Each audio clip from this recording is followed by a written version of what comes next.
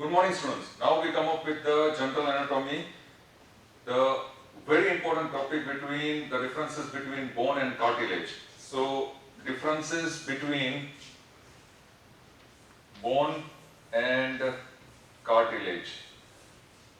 This is a very important topic in order to understand the anatomy of the bone and cartilage. So, therefore, in the differences between bone and cartilage, the one side we shall keep the column for bone, and on other side we shall keep the column for cartilage.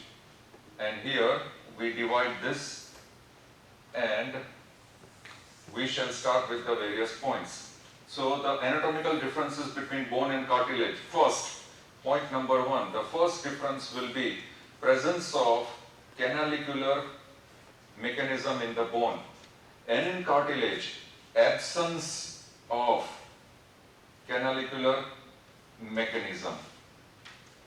So first point is presence of canalicular mechanism, second point is absence of canalicular mechanism. Now here, what is canalicular mechanism? In canalicular mechanism, the bone consists of various lamellae. In between the lamellae there are lacunae. These lacuna contains various osteocytes. Each lacuna contains osteocyte. And it will have canaliculi through which there will be cytoplasmic processes of osteocytes. So, and also blood vessels. So, this mechanism by which there is prolongation of the cytoplasmic processes in the canaliculi and blood vessels is known as canalicular mechanism. So, therefore, if we come on this side, please come on this side here, we will draw a diagram, simple diagram, and we'll try and understand this canalicular mechanism. Here, in this simple diagram, first there will be deposition of osteoprogenitor cells. So these osteoprogenitor cells later on, they are converted into osteoblasts, and these osteoblasts, they will have very long cytoplasmic processes. So these are the osteoblasts which are derived from osteoprogenitor cells. Osteoprogenitor cells are the stem cells. So from osteoprogenitor cells, osteoblasts are derived. These osteoblasts will have long cytoplasmic processes. So here also, if you draw these osteoblasts, they are having very long cytoplasmic processes, and lots of them will be there. Here we'll draw the nuclei also. So the nuclei of osteoblast, and in the next stage, these osteoblasts, they will secrete organic intercellular matrix. So organic intercellular substance is secreted outside, and it will surround the cell bodies of the osteoblasts, as well as it will surround the cytoplasmic processes of the osteoblast. And this organic intercellular matrix is secreted by osteoblast itself. So therefore, outside there will be lots of organic intercellular matrix. So on the outside there will be lots of organic intercellular matrix. So here with white color I am drawing this organic intercellular matrix. So therefore, this is where the osteoblasts have secreted organic intercellular matrix, and therefore now if I name this as osteoblast and cytoplasmic processes, and this is the organic intercellular matrix. Now in the next stage what will happen?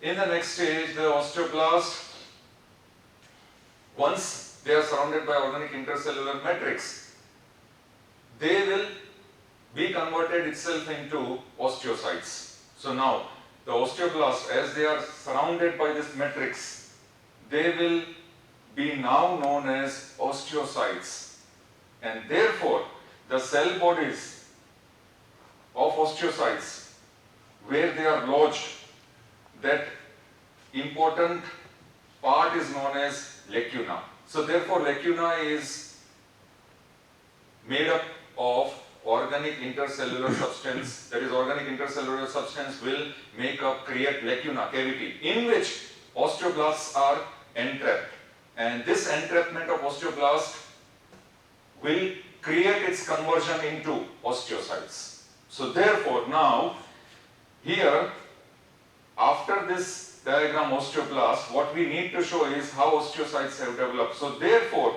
now this osteoblast will be converted into osteocytes, and therefore that is what we are going to show. So in the next diagram I am going to rub this osteoblast and I am going to show osteocyte. Before I show osteocyte, I will show the canaliculi. I will show the lacunae first. This is the lacuna surrounding the cell body of the osteocytes. So therefore the osteocytes will be located in this lacuna. So therefore I will name these cavities as lacuna. Plural, they are called lacunae, and singular it is lacuna. Now there will be small canalicular processes which have developed. These are the canalicular processes. These are the canalicular processes that will develop. Now inside we are going to draw the osteocyte. So this is osteocyte. These are the osteocytes. So osteoblasts, they have reduced in size, they have converted themselves into osteocytes within the lacuna. And how this lacuna is formed? These lacuna have developed because of the organic intercellular matrix. Now here, we will complete the nuclei also. So nuclei of osteocytes and their processes, now cytoplasmic processes, they will be reduced in their extension. Previously, osteoblasts had long radiating cytoplasmic processes. Now the cytoplasmic processes are slightly withdrawn. They have reduced in size, cytoplasmic processes. And then what immediately happens is that there will be release of alkaline phosphatase, and therefore what will immediately happen will be there will be calcification of the matrix which will take place. And because of calcification of matrix, this entire organic intercellular matrix or substance is converted into calcified matrix because of the release of phosphatase from osteocytes. So therefore this entire matrix is now calcified. This entire organic intercellular substance or the matrix is now calcified. And therefore, because of this calcification, there will be development of small canaliculi, and these canaliculi will be converted into calcified canals. And these calcified canals are these. So therefore, this calcified canals will now transmit the various processes of osteocytes which are withdrawn, which are reduced in size, and along with that various blood vessels also. So this is how because of calcification of the matrix, the small canals, small canaliculi are converted into permanent canals. And what are these canals? These canals, permanent canals, they will communicate various lacuna with each other. I have drawn just 3 lacuna, 3 osteocytes, but basically there will be so many lacuna, so many osteocytes. And the canaliculi will connect lacuna with each other, and at the same time they will connect with the central Haversian canal that I am coming up in point number 4. So therefore here this is the basic diagram of osteocytes. Previous one, osteoblast, which we have drawn. Now here this we can rename this as osteocyte. So therefore these are the 2 diagrams. First was osteoblast, and then later on they converted into osteocyte. Here organic intercellular matrix, and later on calcified because of alkaline phosphatase, and because of calcification these small canaliculi are converted into permanent canals, and these canals, they will connect the lacuna with each other. Lacuna contain what? Lacuna contains cell bodies of osteocytes. So they will connect lacuna with each other and also with the central Haversian canal, and these canals will contain the cytoplasmic processes of the osteocytes as well as blood vessels. So this is just a fragment of canalicular mechanism which I have drawn, the simply bony tissue. So this is microscopic structure of a bony tissue which I have drawn.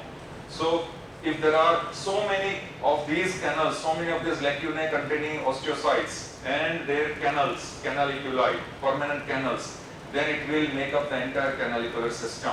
So therefore, if we come on this side, please come on this side, here, this is the canalicular system which we have drawn, which is present in the bones, and this canalicular system is absent in cartilage. So when you are writing down the differences between bone and cartilage, sometimes it is also asked, write a short note on differences between bone and cartilage, or anatomical difference between bone and cartilage. Then you need to draw the diagram also. In very short diagram, labeling osteocyte, canaliculi and the matrix to show that what is basically canalicular mechanism, which is present in the bone and which is absent in cartilage. But you need to write 2 or 3 points and draw the diagram. Now second point. Second point of difference between bone and cartilage is very simple. Bone is vascular. Bone is vascular tissue, vascular, and cartilage is avascular, completely avascular. Third, this is very important. Third, it has presence of Haversian system, or other name of Haversian system is osteon. Bone has a presence of Haversian system or osteon, which I am going to draw once again.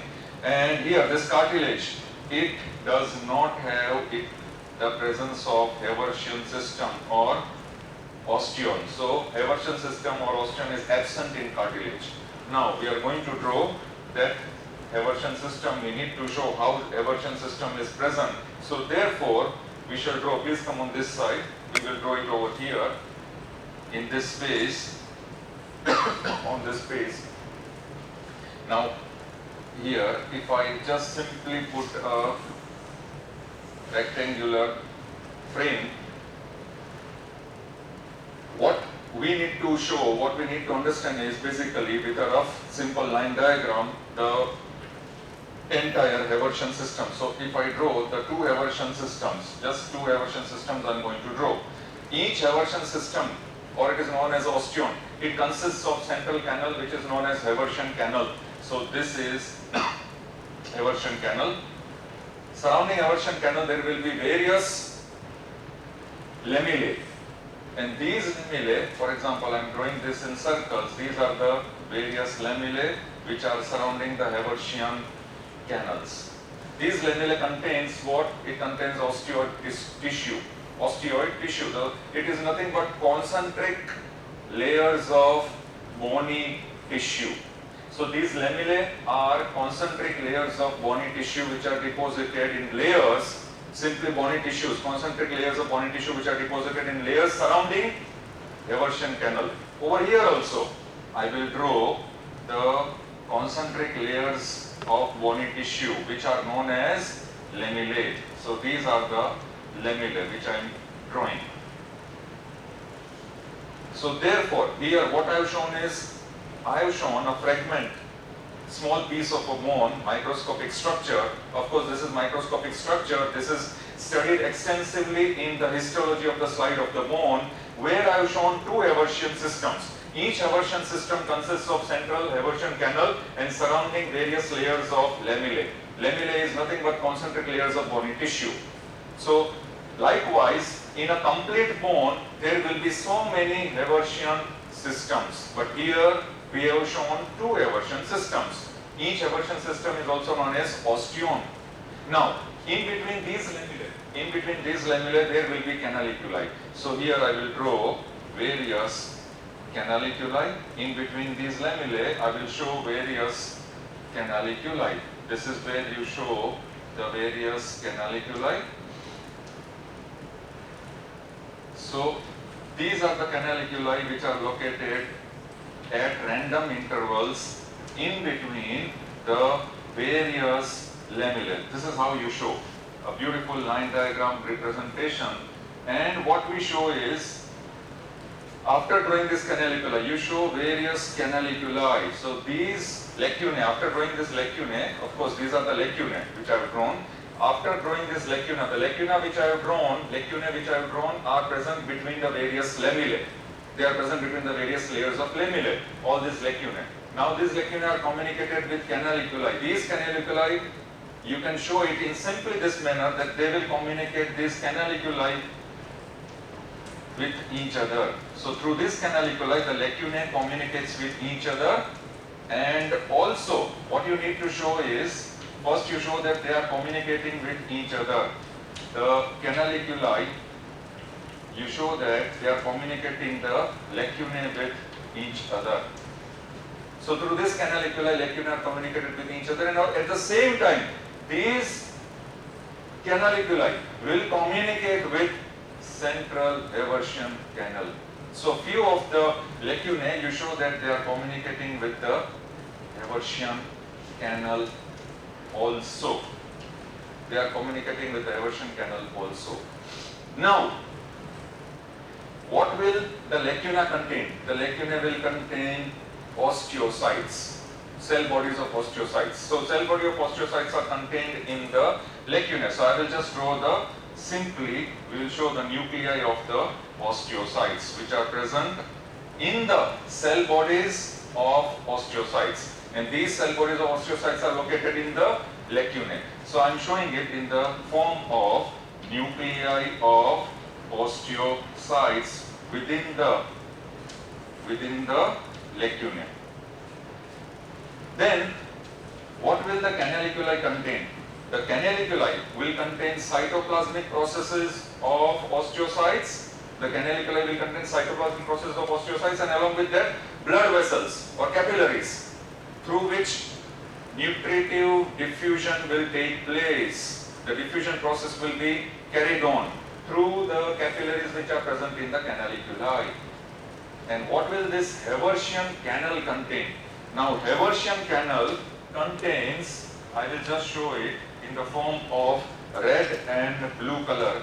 This Haversian canal will contain red as well as blue color, and this signifies blood vessels. So it will contain blood vessels, Haversian canal. Now this is the transverse section of a small fragment of a bone which we are observing under microscope. So this is the histological structure of a small fragment of the bone which we are seeing in microscope. Transverse section. Transverse section. Now if you see it in a longitudinal direction, if you see it in a longitudinal section, then these Haversian systems are basically cylindrical units. What are they basically? Cylindrical units. They are long cylinders. So this Haversian system, if you show it, then they are in the form of long cylinders which are present within the longitudinal section of a bone. So therefore in three-dimensional geometry, in three-dimensional view, in longitudinal section, the Haversian systems are long cylindrical units, and these lamellae are also in the form of long cylinders. Now comes the most important part. These Haversian canals, if I show these Haversian canals, if I show here, they are in the form of cylinders. So these are the Haversian canals in longitudinal section. They are in the form of this cylinder. They will be connected with the, these Haversian canals will be connected with the medullary central part. Supposing on this side there is medullary cavity and on this side there is surface of the bone, then these Haversian canals are connected on the surface as well as with the medullary cavity through oblique canals, and these oblique canals are known as Walkman's canals. So they will also connect with each other. They will also connect with each other. The Haversian canals will also connect with each other, and also they will connect with the central medullary cavity of the bone, and at the same time they will connect with the periphery, outer periosteum covering. And these canals, they are known as the Walkman's canal. And these are the oblique canals which are known as, once again, Walkman's canals. And they will contain the various blood vessels as well as nerves. Walkman's canals will contain blood vessels as well as nerves. So I think time is up. I'll come up in next segment. So therefore, these oblique canals, Walkman's canals, they communicate the Haversian canals with each other, and at the same time they communicate Haversian canals with the medullary cavity inside with the surface of the bone. So therefore they will contain blood vessels and nerves which is carried, these structures are carried from periosteum to endosteum. So in short, they are connecting the blood vessels and nerves which will communicate with the Haversian canals, and also they will transmit from outer periosteum till inner endosteum. So please note down, the Walkman's canals, they will contain various blood vessels and nerves, and they are oblique canals connecting Haversian canals, and they will connect periosteum and endosteum also. So this is the entire microscopic structure of a bone, histology, the slide of a bone, and this is known as Haversian system. In this, very clearly we are able to understand that bone is a vascular structure, and at the same time the bone also contains presence of various nerve fibers also in the Walkman's canal. Now please come on this side. Here, therefore, what we understand is the Haversian system is present in the bones and it is absent in the cartilage. So point number 4 now. In point number 4, what we'll discuss will be, there will be, the bones are developed, or the growth of the bones will take place by only one mechanism, by only one pattern of growth, and that is appositional growth. And therefore the bones grow by appositional growth, by surface deposition. And what about cartilage? They will show two types of growth, appositional growth as well as interstitial growth. So cartilage will show two types of growth, appositional growth as well as interstitial growth, where the interstitial growth, the growth of cartilage will take place from the central portion of the cartilage, and then they will radiate in the direction. So it will increase the length of the cartilage, interstitial growth.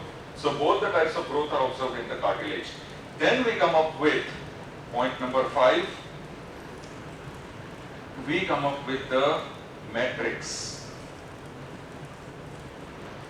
Please note down, the matrix of the bone contains organic and inorganic. Matrix of cartilage will also contain organic and inorganic, but the difference, that is what we need to note down. In the organic, here very small letters I will show you, in the organic matrix there will be more of collagen fibers. The collagen fibers are more, I will show it with an arrow, and cement substance will be less, very less cement substance with a downward arrow I am showing in case of organic matrix. Please note down, in bones, in organic matrix, collagen fibers are increased, but the cement substance is decreased. What is cement substance? That is proteoglycans and glycoproteins. The proteoglycans and glycoproteins, they constitute the cement substance, which is very less in amount, in quantity, in case of organic matrix in bone. What about cartilage? In cartilage, in the matrix of the cartilage, in the matrix of cartilage, in the organic, there will be collagen fibers which are decreased, exactly opposite the bone, and cement substance which is increased in case of cartilage, exactly reverse to that of the bone, What about inorganic? Now in case of bones, inorganic matrix, calcium salts, the calcium salts are deposited along the collagen fibers. Huge amount of calcium salts are deposited around the collagen fibers in case of bones. Please note down. In case of cartilage, in the inorganic matrix, the calcium salts, they are irregularly, this word is very important, the calcium salts are irregularly deposited around cement substance. So in case of cartilage, the calcium salts are irregularly deposited around the cement substance. So this was point number 5. Now point number 6. If I come up with point number 6, let me come up on this side. Point number 6. Here I will write point number 6, bone and cartilage. I am having space here, so I am writing it down here. Bone is a permanent tissue. Please note down, bone is a permanent tissue and it is a live tissue which is present in calcified matrix. It is a live tissue which is present in calcified matrix. Please note down. It is a live tissue which is present in calcified matrix because it contains phosphatase and it will maintain the phosphate ion concentration, which will maintain, further it will maintain calcification. So in this calcified tissue, bone is a vascular structure. Bone is a nervous structure rather, in the sense that it has nerve fibers in Walkman's canal. So bone is a vascular structure because of high vascularity in the bone. It is known as a live tissue which is present in calcified matrix, and because it releases phosphatase which maintains the phosphate ion concentration, and this phosphate ion concentration will maintain the amount of calcification of bone. But it is a permanent tissue and it is a live tissue which is present in calcified matrix. What about cartilage? In cartilage, simple one word, the calcified cartilage is a dead tissue. The calcified cartilage is a dead tissue. And in the last, if you want to add, you can add point number 7, that bone has the presence of nerves in Walkman's canal as it is written in the books, and cartilage is non-nervous. Cartilage is totally non-nervous tissue. It does not contain, it does not have presence of nerve fibers. That will be point number 7. So all these points, 6 to 7 points, differences between the anatomy of bone and cartilage will be the specific points. These are the specific points which will make it clear about the entire anatomy of bone and cartilage. Thank you very much. So now we come up with 2 very important laws. Hilton's law, Hiltons. So in Hilton's law, please note down, try and understand. This law says that the nerve which supplies a joint, Hilton's law, the nerve which supplies a joint will also supply the muscles which are producing movements in the joint, and will also supply the skin which is covering the joint. As a result of which, during any condition of the joint, during any disease of the joint, there will be irritation of the nerve, and because of irritation of the nerve, in cases of disease of the joint, there will be reflex spasm of the muscles, and because of reflex spasm of muscles, the joint is placed in a comfortable position, and because of the irritation of the nerves, there will be referred pain to the area of skin which is covering the joint. This is Hilton's law. Once again, I'll try and simplify it. What does this law suggest? That the nerve which supplies the joint, any particular joint, will supply its fibers to muscles which will regulate that particular joint, and will also supply its fibers to the skin covering the joint.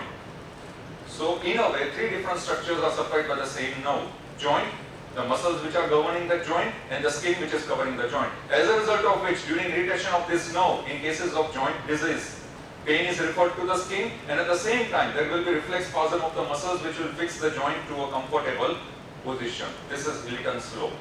Many a times this law, Hilton's law, is asked as 1 mark question answer, or it is asked in Viva also.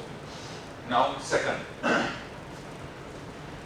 Gardner's law, or it is known as Gardner's observation, Gardner's, Gardner's observation, or Gardner's law.